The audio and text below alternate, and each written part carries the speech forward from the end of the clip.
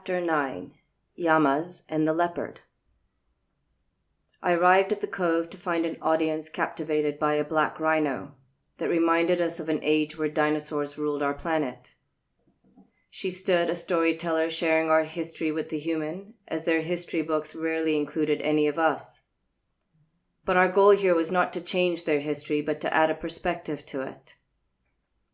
My mother, she began, was named Boxinia by your species. She was an East African black rhino, one of 500 left in the world at her time of maturity. She was one of the unlucky ones, born in a zoo, far from her home and all the space and distance we were meant to travel. At some point, the story goes, she was taken to Brazil and from there to a celebrity ranch in South Africa. You know, Corey, she spent her entire life with your species, patted and fawned over. And then, after an entire life lived alone without a companion, a family, or familiar surroundings, her owners decided to can hunt her. The same thing that happened to Lion's family. An audible gasp rippled across nature. All around the cove, mouths hung open, eyes rolled upwards, and postures slumped over. Even Corey lay his head in his hands. Rhino paused to take in the reaction to her story, allowing them to process the fate of so many of Africa's magnificent animals. As word spread across the hunting world, she continued, a Norwegian hunter stepped forth and offered 60,000 euros to murder Boxinia. However, an aware human who saw all that was wrong with that hunt stood up and saved her. She was a well-known South African movie star, and she took Boxinia with compassion and kindness and found her a home on a reserve. Here she was loved and given the freedom she had never known but always yearned for. But alas, it was too late. Months later she died. The stress and loneliness humans had subjected her to had slowly worn her down. As Rhino finished her story, what followed were moments of introspection as we all, including Corey, pondered on how we had gone from wandering the planet to many of us being caged and enslaved. I quietly flew over to the giraffe and perched upon her head. It felt good to share our stories with the human, as in those stories we were beginning to be seen and felt. It was the power of story to connect on a level where true change was possible. Welcome, Rhino. Thank you for sharing your story with us today and providing a different perspective to the human, of the impact of their actions on us, such that they may understand that every time they cage one of us, they are in fact caging themselves into a world of violence. We all bowed to Rhino, acknowledging her pain and telling her that we saw her. It was a beautiful thing to be seen. Then gently, with awareness, we all shifted our energy to a place of gratitude, understanding that each of our energies had an impact on the collective. I waited for the silence to move into sattva, and then I began. Take a moment to close your eyes. Be aware of all the sounds and energies that surround you. Know that you are not meant to be anywhere else but where you are at this very moment, so be here, be present. Remember, there is only this breath, this moment, which is life, so be in it, feel it, and embrace it. Now gently rest your eyes on your heart and visualize a change that you desire. Imagine that it has come to fruition and sit in all the high-frequency emotions such as joy, laughter, bliss, happiness, that you will feel from it becoming your reality. Begin to pave your new neural pathways from your heart to your brain. Teach your brain that this change has already occurred, thereby creating new habits of high-frequency emotions for you to ride in your body and brain. Now gently open your eyes and reconnect with your breath to move you into the present. Before we enter the world of Yamas, let me give you some human science. Corey, the heart is home to over 40,000 neurons and nearly 2 billion muscle cells. With these neurons, the heart speaks to everyone, including the brain, where the flow between the two is predominantly between the heart and the brain and not between the brain and the heart. When all your energy channels in and around your heart are unblocked, these 40,000 plus neurons are firing in synchronicity and coherence. When this occurs, the energy your heart gives out can literally be felt up to 10 meters away. Its electromagnetic field, when tested with an electrocardiogram, measured 60 times greater in amplitude than your brain, even though the brain has nearly 10 billion neurons. The power of the heart to create change is highly underestimated in your world. Now let us continue handing out our yoga toolbox, shall we? Ahem, announced Leopard. Let me get this one, Eagle. You know my mind is as pure as a river that runs through the mountains, except when I'm chasing another species for my sustenance. I smiled at Leopard. Although he looked all violent, he was humble on the inside, and he was right about his mind. Sure, go ahead. Give my squawk box a break. And so he began. Human, the second Yama is not lying. You would be amazed at how much you humans lie. From the time you are born, you learn to lie from your parents, from TV, from friends. You are told lying is okay to protect the feelings of others and that lying is fine in some circumstances but not others. But this is not true. I believe there is only one acceptable lie, and that is to save the life of another, literally. Any other kind of lie is just another layer that prevents you from reaching the ultimate truth. When you lie, you cease to trust because you see your lies in others. When you lie, your body sits in the stress of holding on to that lie. There's also that common trap that all humans fall into. When they find that lying about something brings about, for example, a financial gain, and then concludes it was the lie that brought it about, when really it was the effect of a cause that occurred long before the lie. If it were the lie, then every time you lied, you would have financial gain. But humans don't see that part. The gain instead reinforces the behavior of lying. The lie that I found most amusing in humans is the giving of misinformation. When you don't know the answer to something, you lie and make up the information rather than admit you don't know the answer. Do you have any idea how much harm you cause by doing this? Imagine someone who is bitten by a snake and in trying to fight off death, follows the instructions given to him by someone who made it up rather than saying they just did not know the formula. This seed of lying is so detrimental and the source of so much suffering and pain to yourself and others. Seek to be courageous, to speak your truth, to stop lying. Not all at once, of course, because you will fail monumentally at this. Maybe start by cutting down the number of lies you tell in a day.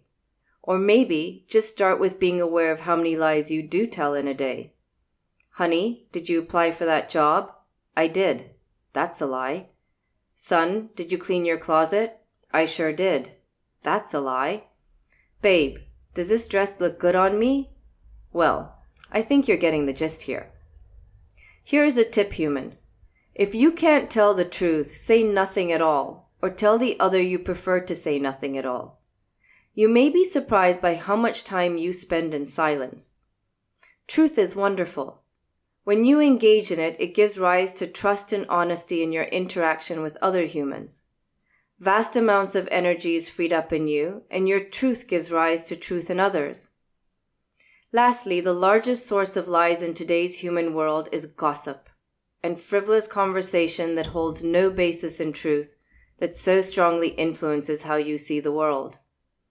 This laziness to not gain full knowledge ensures that most humans live a life on half-based truths and illusions, and, therefore, in ignorance. That is what gossip does. It breeds ignorance and suffering. Did you get all that, Corey? Corey nodded his head. His mind began to move back through his day to identify how often he may have lied to others. Human, don't worry about that right now. There is no point in ever looking back unless it is to learn a lesson. You can start to observe your relationship with lies starting from this moment. As sun began to disappear, we stopped for a moment to watch the sky transform from light into shining calmness. We observed how the colors reflected the change of frequency in the air. We witnessed and felt an orchestra being played out in colors and emotions as sun played its last act before its show was over for the day. Goodbye, my friends. See you on the flip side, sun saluted us. We saluted Sun back. Of course, we took it for granted that Sun would return the next day, but really, who knew if it would? Now, human, the third restraint is to not steal. It is not as simple as it sounds because it does not merely refer to the theft of material, tangible things. You humans steal all the time and you don't even realize it. You steal others' joy when someone gives you good news or retells a positive experience, and you respond by giving them a similar story about yourself. You steal each other's times when you do not show up or show up late. You steal other people's ideas, and worst of all, you steal other humans' energy by dumping your baggage on them continually. Then there is all the stealing that goes on in your thoughts and in your mind, always wanting that which belongs to another. I wish that girl would leave him and come with me. I wish I could have her car, and so on. To not steal also means to find ways to give to others.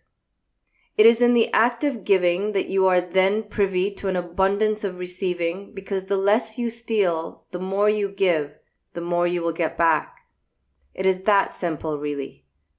Here's a game for you and your team to play this week when you get back to your world.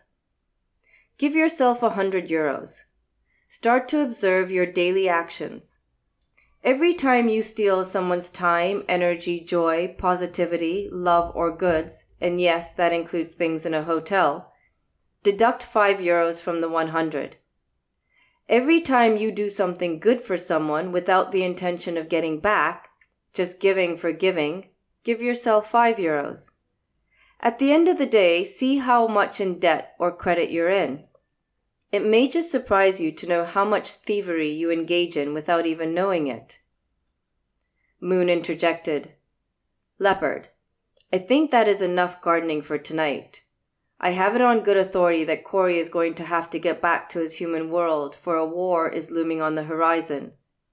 Wars that are birthed through misunderstanding between humans, fueled by humans living in their desires and their reactive system, and made of nothing more than pride, ego, and greed, all rising from that organ, the mind.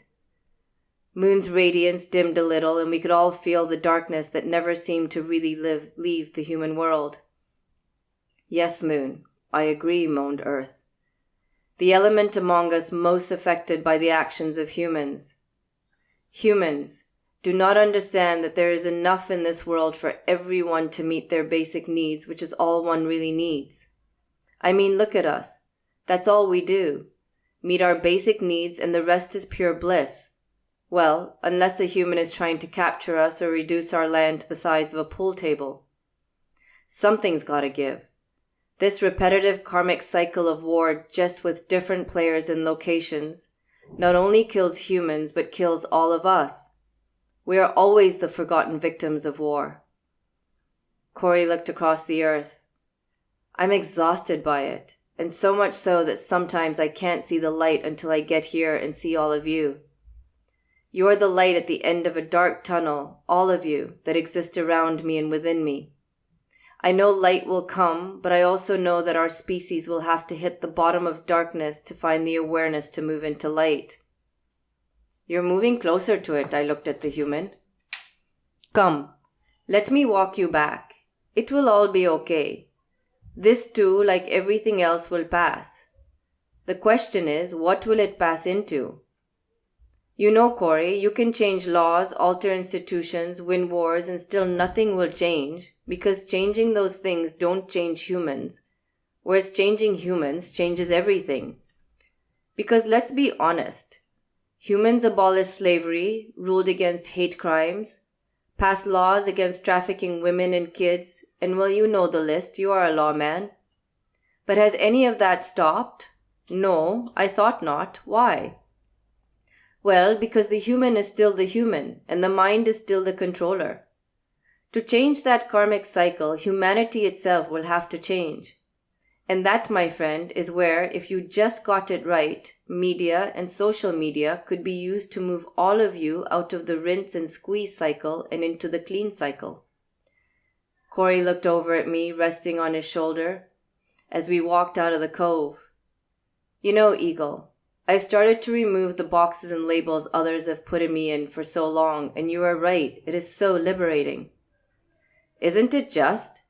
I'm glad that I don't fully know all the definitions you humans have created for African fish eagle, because I'm not sure I could meet all those expectations. And what if I no longer wanted to be a fish eagle but behaved like a flamingo instead? What would your lot say to me? That I could not, because I'm an eagle and therefore must remain one, behave like one, and never be granted the space to grow and move out of my box? I wonder, how do you humans categorize a peacock that was born under the warmth of a duck and then raised by ducks? Is she a peacock or a duck? And does it really matter? And why should it matter? So you know how to behave toward it? And should you not behave equally with love and kindness to all beings, no matter what their form?